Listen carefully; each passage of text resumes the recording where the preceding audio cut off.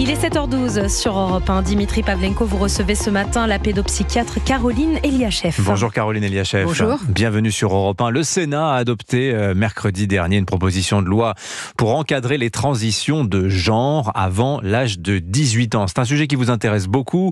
Vous avez coécrit un livre sur le sujet, voici 2 ans, avec Céline Masson. Je le montre à la caméra à ceux qui nous regardent sur europe1.fr. La fabrique de l'enfant transgenre, c'est paru aux éditions de l'Observatoire. Ce livre, vous avez eu beaucoup d'ennuis avec la communauté trans, Caroline Eliachev, on va en parler. Vous avez aussi accompagné le groupe de travail sénatorial qui a précédé la rédaction de ce texte, donc porté par une sénatrice Les Républicains, texte qui prévoit l'interdiction des traitements hormonaux avant la majorité, sauf cas exceptionnel, et le contrôle strict des prescriptions de bloqueurs de puberté. Je prends le temps de dire les choses lentement, parce que pour beaucoup d'auditeurs, je pense que ce sont des choses nouvelles qu'ils ne connaissent pas forcément. On est un peu sur un sujet de niche, un sujet de pointe. Peut-être pour commencer, c'est quoi les bloqueurs de puberté, Caroline Eliachev? On n'est pas très familier de ces protocoles. Bien sûr. Alors, les bloqueurs de puberté, ce sont des hormones de synthèse qui bloquent la puberté. C'est-à-dire qu'elles bloquent l'apparition des caractères sexuels secondaires qui sont évidemment différents chez les garçons et chez les filles. Alors, quand sont-ils utilisés? Ils sont utilisés depuis de très nombreuses années dans un cas particulier qui est une pathologie, c'est les pubertés précoces. Qu'est-ce que c'est qu'une puberté précoce? C'est généralement, ce sont les filles, majoritairement, qui entre, on va dire, 6 et 9 ans, déclenche une puberté. Vous voyez bien que c'est une pathologie. Oui, parce que ça bloque la croissance, en fait. Quand la puberté arrive, la croissance ralentit, voire s'arrête. Bien sûr. Et donc, dans ces cas pathologiques, il est tout à fait normal de donner des bloqueurs de puberté pour permettre à ces petites filles d'atteindre un âge, à 10-11 ans, où la puberté normale va se développer. Alors, les bloqueurs de puberté, pour les mineurs, alors il y a d'autres indications pour les adultes. Il y a par exemple l'endométriose, certains cancers, etc. Donc je ne parle pas des adultes.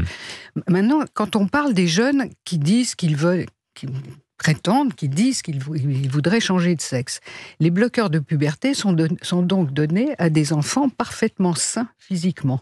Donc c'est pas du tout le même contexte. Et donc ça permet pendant 1 an ou 2, on va dire d'attendre. C'est-à-dire c'est ce qui est vendu entre guillemets. Pourquoi on dit bloqueur de puberté? On dit on met sur pause, comme si les enfants étaient des ordinateurs. On met sur pause, on attend l'apparition des caractères sexuels qu'on dit secondaires, c'est-à-dire la poitrine, la voix, la pilosité, etc. La taille. Et donc on dit on met sur pause, on attend, et ça leur permettrait de savoir ce qu'ils veulent faire, etc. En réalité, on dit également que c'est totalement réversible. Alors, évidemment, il y a des choses qui sont réversibles, c'est-à-dire quand le traitement s'arrête, la puberté reprend.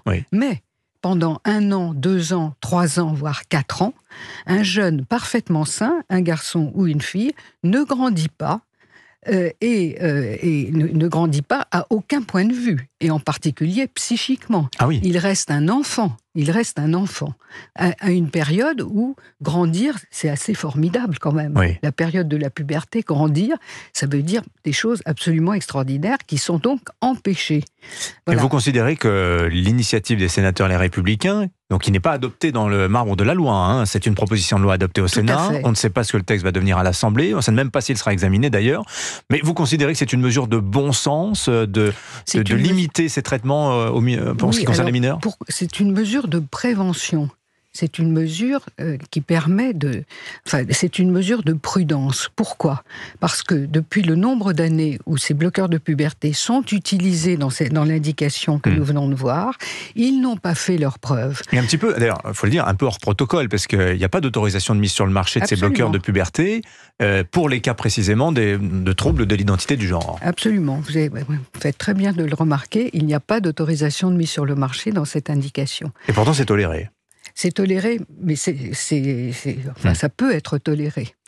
Et donc, les promesses de ce traitement n'ont pas été tenues. Et donc, un certain nombre de pays, la Finlande, la Suède et plus récemment l'Angleterre, ont diminué drastiquement les indications. Mais ils ne sont pas passés par la loi. Ah, mais comment ils sont passés par qui et par quoi alors? Alors justement, c'est la grande différence entre ce qui se passe en France et ce qui s'est passé dans ces pays. Ce sont les médecins qui travaillaient dans ces services et qui donc voyaient ces enfants qui ont alerté. Non seulement ils ont alerté, mais donc les prescripteurs. Les finalement. prescripteurs eux-mêmes ont alerté et ont produit des études montrant que les promesses n'étaient pas tenues. Et en quoi c'est moins bien que ce soit le législateur en France qui fasse ça plutôt que les médecins? Mais ça serait beaucoup mieux que ça soit les médecins, bien entendu. C'est parce que les médecins français n'ont rien fait et ne modifient pas leurs prescriptions qu'il y a eu cette proposition de loi qui, effectivement, pour le moment, n'a été votée qu'au Sénat, mais c'est un premier pas. Alors, il y a eu une très vive opposition de la gauche au moment de l'adoption du texte au Sénat. L'exécutif a un peu flotté pour finalement dire qu'il désapprouvait cette initiative législative. Est-ce que le fait que ça passe au Sénat, ça politise finalement ce thème-là ? Et c'est ce que vous déplorez, Caroline Eliachev, parce que vous avez été victime, vous, de cette politisation du sujet. Si je puis dire. Alors je vais vous dire, moi j'ai été élevée dans une famille où on disait on ne se plaint jamais. Et donc je ne me plains pas. Ça, c'est une première chose. Ensuite, l'opposition. Oui, elle existe, elle a été importante au Sénat. On ne peut quand même que le remarquer. Je pense qu'il y a des visions différentes de la protection de l'enfant. Ces protections, on peut penser différemment de ce qu'est la protection de l'enfant. Nous pensons que interdire aux jeunes de prendre des décisions trop rapides, ça leur donne plus de liberté. Ils auront la liberté de choisir. Mais à quoi ceux qui pensent que c'est une mauvaise idée d'interdire ces bloqueurs de puberté aux mineurs disent « Mais regardez, vous avez des enfants qui sont dans des situations de dépression très lourdes, avec des tentatives de suicide. Les bloqueurs de puberté limiteraient ces pathologies-là, Caroline Eliachev. » Je vous livre les arguments. Oui, absolument, vous avez raison. D'abord, la population des personnes dites trans a changé. On a aujourd'hui 80% de filles et à 80%, ces jeunes filles souffrent de pathologies psychiatriques avérées précédant le problème qu'elles exposent. Et donc, que soigne-t-on ? Ça, c'est une première chose. C'est une bonne question. Ensuite, est-ce que la liberté, c'est de faire ce qu'on veut quand on veut ? Voilà. Ce sont des bonnes questions.